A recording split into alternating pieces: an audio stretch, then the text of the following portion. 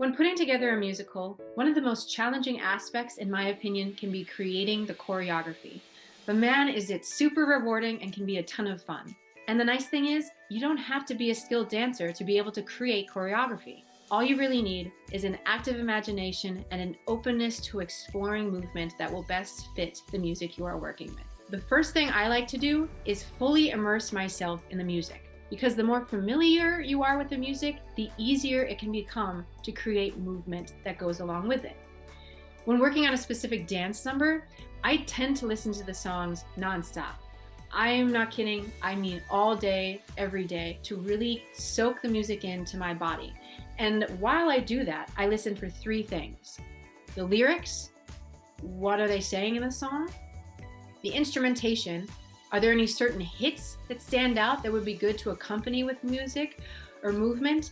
Or are there low parts, or does it grow in certain parts that would be accentuated by growing the movement as well? And then the third part, the overall mood and or feeling of the number. Is there any sort of story, or is this number simply a showy tap number that doesn't really have any furthering of the plot?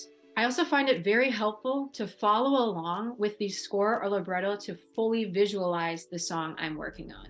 I can see who is singing what are big ensemble numbers, are there any solos, etc. And then I, while going through it, can mark certain sections that give off a different vibe or storyline than the rest. Marking those sections within your score, if able, is extremely useful for communicating to your music director, so that when you're teaching or even running the show and rehearsing and need to go back, you have a marker already ready to communicate clearly and quickly, which is a really key thing for saving time in the rehearsal process. If you're not a music reader, that is perfectly fine. You can just follow along with the lyrics in your libretto, and if you're listening to a soundtrack, just mark on the lines or the lyrics or the specific sections you end up breaking the song down into by those lyrics or those pages that they occur.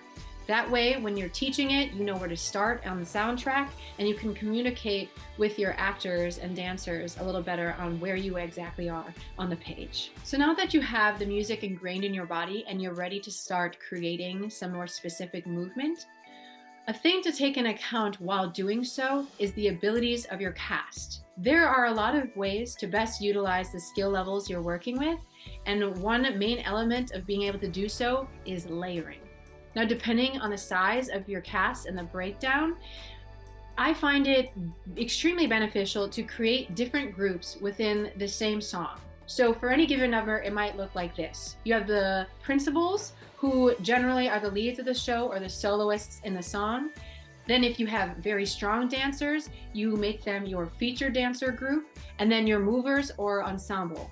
And those are the people who are maybe less skilled as dancers, but still have great energy and stage presence. Now, having these groups not only gives everyone on stage an opportunity to shine, but it also makes the number more exciting for the audience to watch as well, because there's more than just everybody marching and moving along and bobbing their heads at the same time. You don't have to get too crazy with changing up the choreography either. Sometimes creating the fullest, most challenging movement first, and then paring it down to a slightly simpler version for another group where they have moments of unison is variation enough. It doesn't have to get too super tricky or fancy.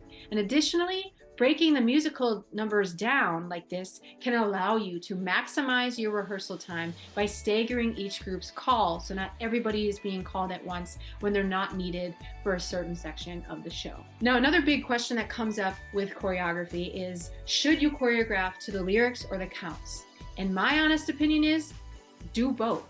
There are always going to be people who prefer one way over another, so having both options ready is a great asset to have if able, and it can be extremely helpful and ultimately less of a headache for you in the rehearsal room. Counts are usually the simplest way to teach them and learn choreography initially, but then when you start to sing and putting the dance together, word association can be helpful as well. So having that at the ready for those who rely on that is a really great benefit to have in the rehearsal room. So now the choreography is created and you're ready to put it on its feet in a rehearsal room. And this is where I say, Staggering is stellar. Use your rehearsal time efficiently by being smart about how you schedule your dance rehearsals. When teaching choreography, the initial instinct may be to call everybody at once and just work through the top of the number to the end. I have discovered over the years that working slightly out of order to teach each group their separate choreography first will allow you to give each level of dance experience the time and attention they all need. And then it will inevitably maximize your rehearsals by lessening the amount of time needed with the full group when you're threading it all together. Of course, there are numbers that work to teach chronologically because it's a smaller group and it just makes sense with the storyline. But when you can, find these ways to stagger your calls so that you're not having anybody sitting around. It'll make you less stressed. It'll make the people in the room feel like their time is being respected. And once you get past the initial confusion of where we are in the song, it is so much more rewarding to be able to go back and then learn up to the part you taught. And then it clicks like, oh, that's where we are. And now you've saved so much time because you didn't take the whole front hour and a half to get through that top, to get to the big, juicy dance parts. The last thing I would say about choreographing is just trust your abilities and have fun. At the end of the day, there really isn't a wrong way to create and teach choreography.